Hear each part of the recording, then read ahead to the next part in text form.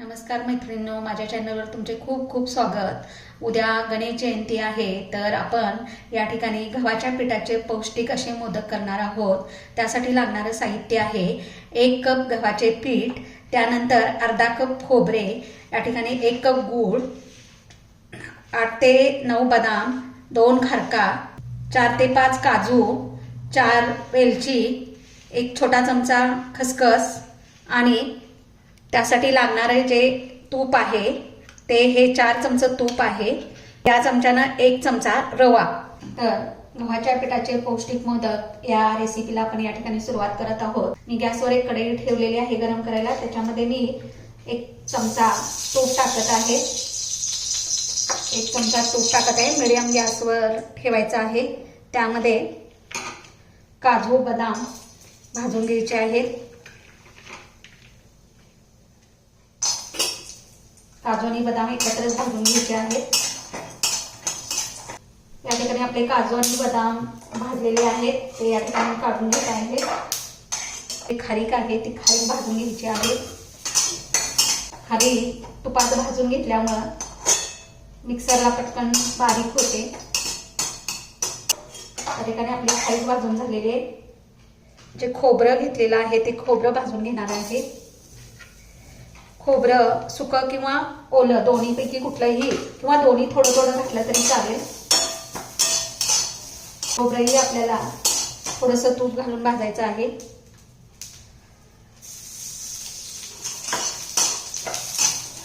खोबरं आपलं भाजून घेतलेलं आहे। ही खसखस भाजून घ्यायची आहे। आपण 1 कप जे गव्हाचं पीठ घेतलेलं आहे ते या ठिकाणी भाजून घ्यायचं आहे।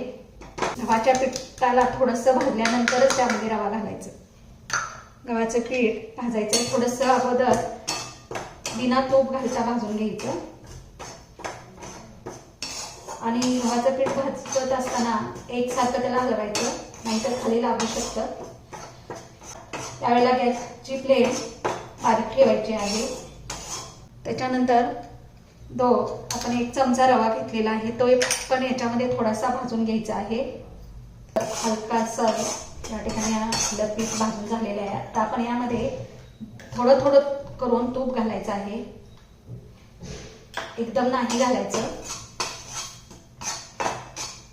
एकदम जर तूप घातलं तर या ठिकाणी पीठ भाजल्याचा अंदाज येणार नाही। तूप घालत असताना सुद्धा एकसारखं त्याला परतून घ्यायचं आहे।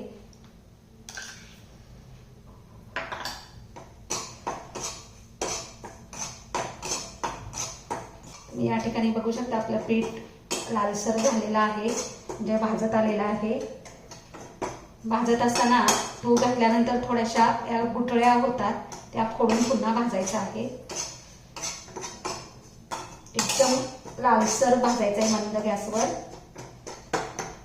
गव्हाचं पीठ असल्यामुळे ते पटकन करपू शकतं।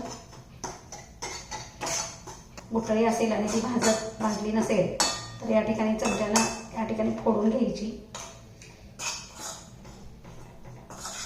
गव्हाचं पीठ तुपात भाजल्यामुळे त्याला खमंग असा वास आलेला आहे। या ठिकाणी हे पीठ आपलं भाजून तयार आहे। आता हे पीठ मी एका भांड्यात काढून घेते। आपण जे मगाशी खोबरं, खारीक, काजू, बदाम मिक्सरला फिरवून घ्यायचं आहे। या ठिकाणी बघू शकता खोबरं, बदाम, काजू, खारीक, खसखस आणि वेलची याची आपण या ठिकाणी बारीक अशी पूड करून घेतलेली आहे। पुन्हा मी तीच कढई गॅसवर ठेवलेली आहे। त्यामध्ये 1 चमचा तूप घालत आहे आणि त्या तुपामध्ये मी जो 1 कप गूळ घेतलेला आहे तो या ठिकाणी तुपात घालत आहे। फक्त मेल्ट करून घ्यायचा आहे, वितळवून घ्यायचा आहे। चा पाक वगैरे करायचा नाही। इथे बघू शकता गूळ मेल्ट झालेला आहे। गॅस बंद करायचा आहे आणि त्याच्यामध्ये हे रवा आणि गव्हाचं पीठ भाजलेलं आणि ही जी आपली केलेली पूड आहे, केलेली पूड याच्यामध्ये घालायची आहे। हे ह्यामध्ये एकजीव करून घ्यायचं आहे।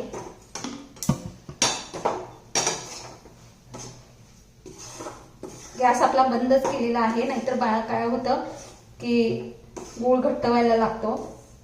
इथे सर्व मिश्रण आपण गुळामध्ये घालून एकसारखं एकजीव करून घेतलेला आहे. चमच्याने जरा या ठिकाणी असं फोडून घ्यायचं किंवा हाताने जरी हे मिक्स करून घेतलं तरी चालते. गरम आहे, थोडंसं वरच्यावर असं फोडून एकजीव करून घ्यायचं आहे. गूळ मेल्ट झाल्यानंतर गॅस बंद केला आणि त्याच्यामध्ये मी पाऊण कप दूध घातलेलं आहे आणि ते दूध आणि गूळ या ठिकाणी मिक्स करून झाल्यानंतर ते मिश्रणात घालायचं आहे. हा मोदकाचा जो साचा आहे त्याला आतून थोडंसं तूप लावून घ्यायचं आहे, म्हणजे मोदकाला चांगल्या कळ्या उठतात. इथे तुम्ही बघू शकता हे असं मिश्रण आपलं तयार झालेलं आहे. थोडंसं दूध का घालायचं तर गव्हाचं पीठ असल्यामुळं ते एकदम गूळ घातल्यानंतर कोरडं होतं, त्यामुळे त्याच्यात ओलावा येण्यासाठी थोडंसं दूध घालायचं आणि त्याच्यानंतर आपला हा जो मोदकाचा साचा आहे तो या ठिकाणी असा बंद करून घ्यायचा आहे आणि त्याच्यामध्ये जेवढं मावेल तेवढं सारण आपण यामध्ये भरायचं आहे. इथे आपला मोदक आपण तयार झालेला आहे बघायचा आहे. या ठिकाणी बघू शकता आपला हा मोदक एकदम मस्त असा तयार झालेला आहे. आता बाकीचे या पद्धतीनं सर्व मोदक आपण करून घ्यायचे आहे. इथे आपले 1 कप गव्हाच्या पिठाचे खमंग पौष्टिक असे मोदक तयार झालेले आहेत, बघू शकता तुम्ही.